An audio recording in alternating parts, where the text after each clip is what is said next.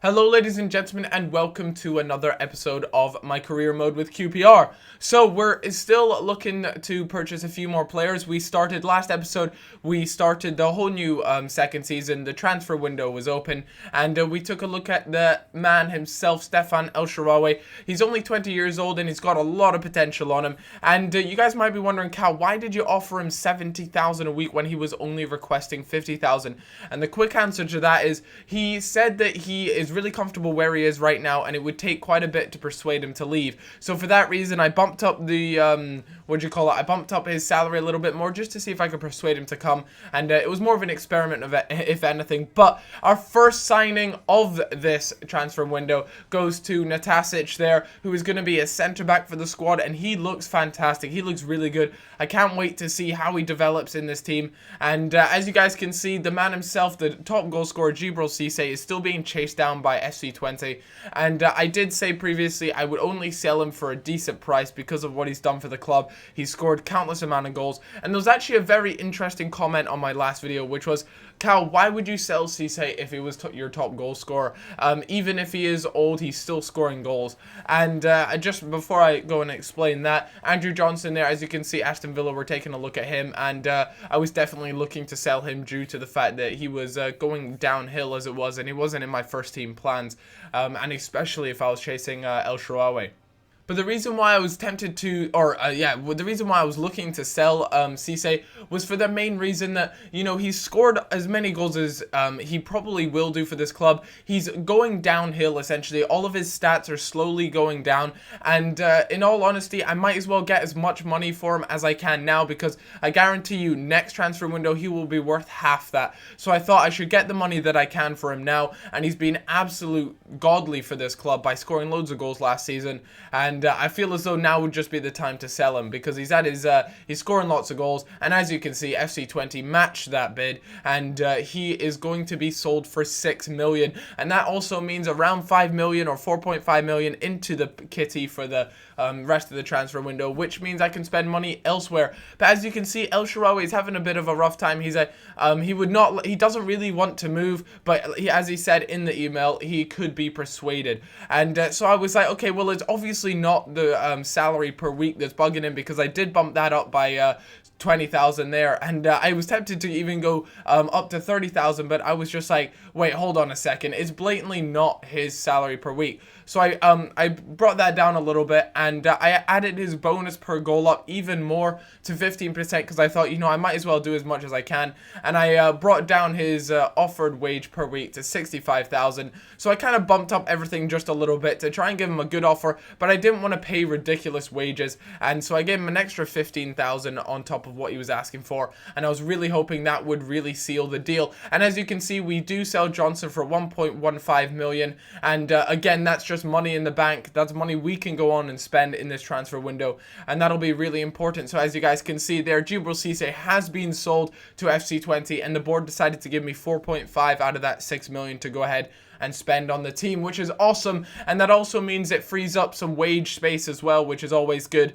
And I really look forward to seeing who else I go ahead and buy. And as you can see, that deal there, 4 years, 65,000 a week, and 15% goal bonus, which is a lot. That's a huge bonus, but it's what I had to do to get him. And you know, sometimes you just have to do what you have to do to pick up a player with that much quality. The potential that El Shaarawy has is unreal. Here is another defender that I was actually looking to buy, Ibrahima Mbaye, I think. Mbaye, I know I probably butchered that, but he's a left back, and I'm, as you guys know, I'm looking to bolster up the defense, and that's something pretty important, and I really hope that I can pick him up, because he looks really good. I also went down the left backs. I typed into the transfer window search thing, and I just inquired into a bunch of the left backs which were young. I put a maximum of 23 years old, I think, or maybe 24, and I simply made sure, you know, that they were young and and one of their, one of the ways you can tell that they're gonna go on and do well is if their little warning sign, if you press A on them and their little warning sign says great prospect or showing great potential or something like that, they're gonna go on and usually progress past the 80 rated marker. So I took a look here at Alexander Butner, the Manchester United player, but I just wasn't convinced and I wasn't willing to make a bid for him, and I was gonna hold out just a little bit to see if there was anything else that would tickle my nipple. That just sounds extremely weird, but we'll roll with that anyways. We had our first preseason game up against Malaga. I put out a team here which was a strong team. I went for the 4-4-1-1 formation just because that's the default one for QPR, and I felt as though I could just do that during preseason, and the team actually seemed to work out pretty well, putting Merkel at a center attacking midfield / center forward role. But as you guys can see, we went 2-0 up thanks to Junior Hoylett there, and Muriel I'm really hoping goes on and just excels this season. El Shaarawy comes on and scores in his very first game. He came on in he got his goal in the 83rd minute, which was just fantastic. Not long later, we actually had our second preseason game up against Getafe, and it would be interesting to see how we do. They score early on, and Fellaini gets injured there, which is an absolute disaster. And as you guys can see, I decided to start El Shaarawy this game, and he gets another goal. That's 2-2 for him, and things were looking promising.